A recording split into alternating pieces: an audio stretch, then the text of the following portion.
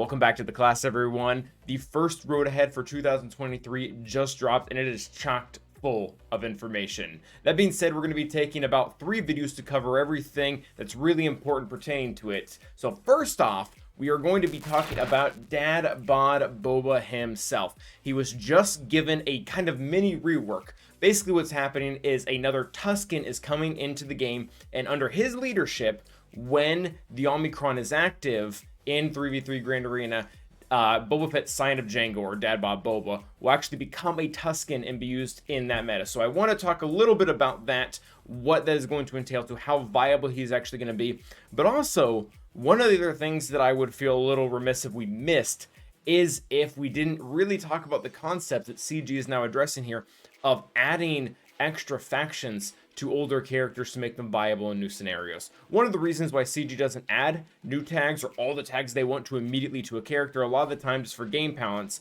And the thing about game balance is it changes over time. So we have a few characters I think in mind that could really use a lift either through an Omicron on themselves, or if a new character needs to come in, they can have an Omicron very similar to the Tusken to actually make that happen. So what I'm referring to here, this was in the road ahead again that was dropped. There's an Omicron for 3v3 where Boba Fett Sign of Jango counts as a Tusken ally if there is no character that summons at the start of the battle. That basically means that you can't take in your Tusken Raider, the other Tusken Raider 3v3 Omicron, where they get a summon, they get that whole really hard thing if you don't have an anti-revive or really strong AoE. And his payout is active, and he can't lose momentum effects except through expiration. This is really actually going to give a good use to Boba Fett Sign of Jango outside of Territory Wars. For anyone who has been following me for a long time knows that I kind of hate Boba Fett, and it has nothing to do with this character, and has nothing to do with this territory war viability.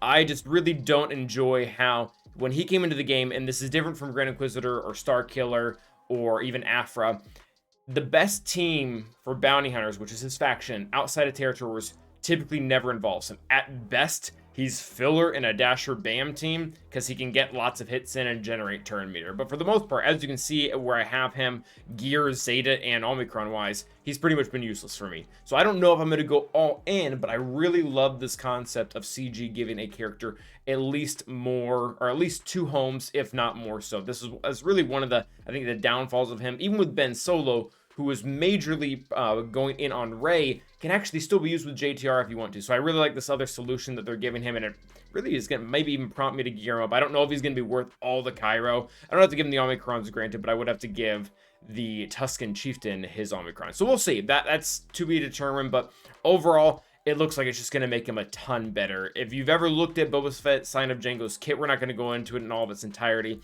but it all revolves around these stacks of momentum. They pretty much unlock completely new abilities for Boba Fett whenever he uses them. For the dual barrage, if he has 5 or 9 stacks, he starts to gain other bonuses like tenacity up, to all other scoundrel allies or bounty hunter allies. This really isn't that important for this one in particular. It'll only be for 3 turns in himself. That's really more for Fennec, and I guess she's probably not going to be present in 3v3. I guess you might be able to have her there as a third, or the kit actually might not even allow for that. But this one especially, he's going to be able to get it to 16 stacks pretty consistently and constantly be prying tenacity down, potency down, and breach for multiple turns. And one of the ways that this can be really fun is just to completely stop teams cold. We're not going to, again, go into the whole kit, but the Tusken Chieftain has a lot of ways to help control turn meter and stun his enemies. So if you can slow them down with breach on top of that, that's even better. Not to mention, I love this concept with the original Jango Fett under Separatist team, the fact that he gets contract immediately, so all his momentum gains are doubled for the rest of the battle. So not only is that increasing the viability of all of his own attacks with all those new abilities and whatnot, but it's also going to be doubling the amount of defense and tenacity he's going to get from the leadership itself. So overall, a very good move. I don't know how useful he's going to be, especially with the way that the GAC meta is right now. Even in 3v3, it does feel a little bit like we just have too many teams going on at the same time, and I don't know if he's going to be able to crack the top echelon of that. That being said, if you went after him for TW and you need more teams in 3v3, that definitely looks like a very good option. That being said, as I said earlier in the video, I think there's something we need to address, and that is the fact that CG finally seems open, under certain circumstances, allowing an older character to have a tag that, quite frankly, they should have had the entire time. So the most obvious case of this is going to be Jedi Knight Luke Skywalker. When he first came out, there was a ton of controversy for a lot of reasons, but one of the main reasons was he only had the Jedi tag when it's fairly apparent in Return of the Jedi he was still functioning very much as a rebel. You can make the argument, I would even make the argument, that his identity in that film is Jedi. You know, he gives the line, "I am a Jedi like my father before me." I kind of understand that him having all the synergy specifically built for Jedi, even though those characters weren't actually around when he was doing everything that he was doing in episode 6. That being said, they didn't do it specifically for game balance. They didn't want you making a super CLS Jedi Luke team with Han and Chewie or whatever.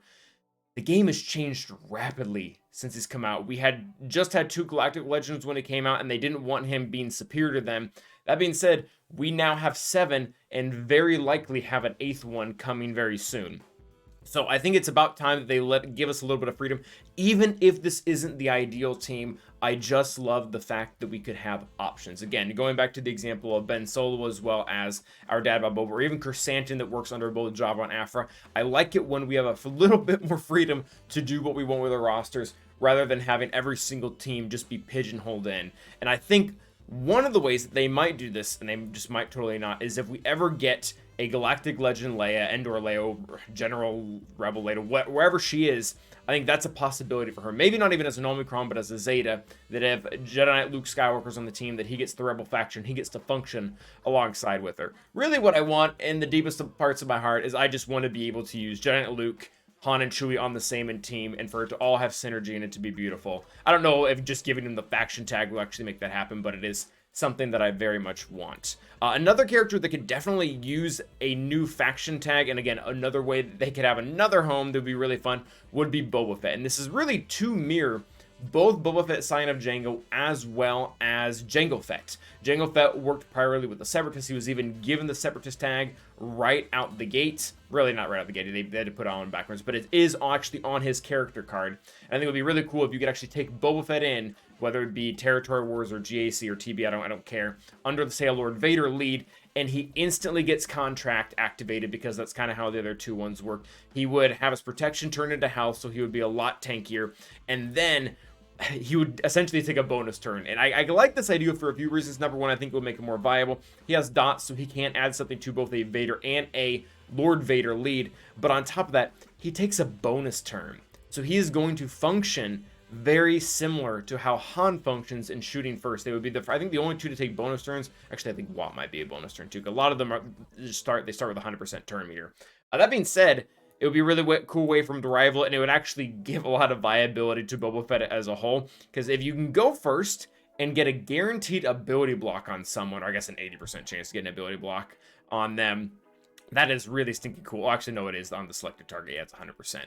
So you can go first, get the ability block, apply some dots. It would just be really fun. I would love another way to use Boba Fett. I feel at a certain point he's kind of fallen by the wayside, and Slave 1 almost seems to be his real use as a pilot, which is okay, but it could be better. Next up, I don't think, different from Rebel Luke as well as Empire Boba, I don't think this one's going to be as impactful, but I think it's something that I've wanted to happen for a long time, and that is for both Maul and Savage to get the Night Sister tag, to have them function in some way. And really, my issue with it is it just doesn't...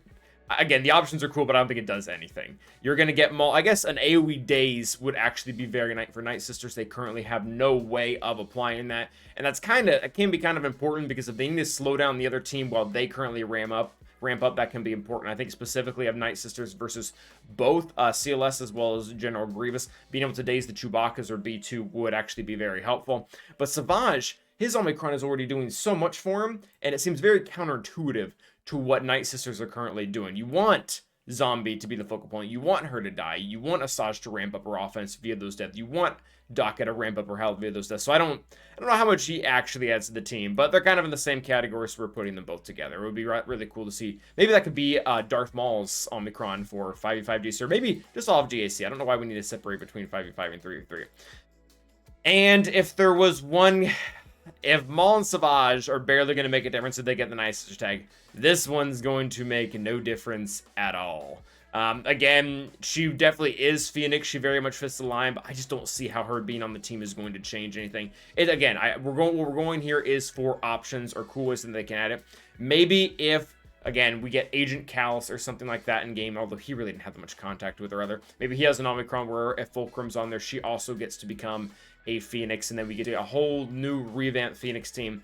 Doesn't seem all that viable. Maybe there is something they can do where she just ramps up a bunch of buffs, very similar to how she currently is doing in Territory Wars. I know that the existing synergy for Phoenix, they do have a lot of buffs going around. Chopper specifically, every time he uses a basic, is passing around a different one to someone on the team. So that's something they could play around with, or a bare minimum, something we could just have to be able to use. And this one excites me quite a bit. So when Bam first came out, his ship was a bounty hunter and he wasn't, and that caused a little bit of controversy. And CG explained that they wanted to balance his kit to be decent or to be good, but they couldn't find a way to make it good without having a contract, or rather, if he was going to have a contract on top of it, he was going to be bad before, and if he was going to have a bad contract, there was no point of the contract. So they didn't want to make him bounty hunter because of that reason. Now, again, the game has changed, much similar to Jedi Knight Luke. An upgrade to Bam really wouldn't be the worst thing in the world, especially because one of the main teams that we're using now in GAC is Fennec lead with Bam to be able to stop Lord Vader Maul. So I would love to see if not only he could not just get like maybe an extra Omicron, but an entirely new ability that would be his contract. And that Omicron would be it pretty much allow him to get a contract under Bounty Hunters where he could do something really fun. I don't know.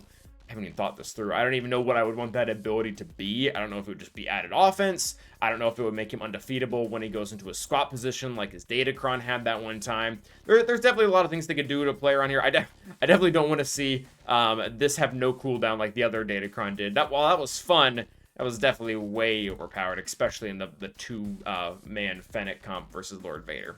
So that is going to be it for this one, guys. Let me know what other faction or what other character you think could use another faction, whether it be through an Omicron or some other means. But until the next time, stay awesome.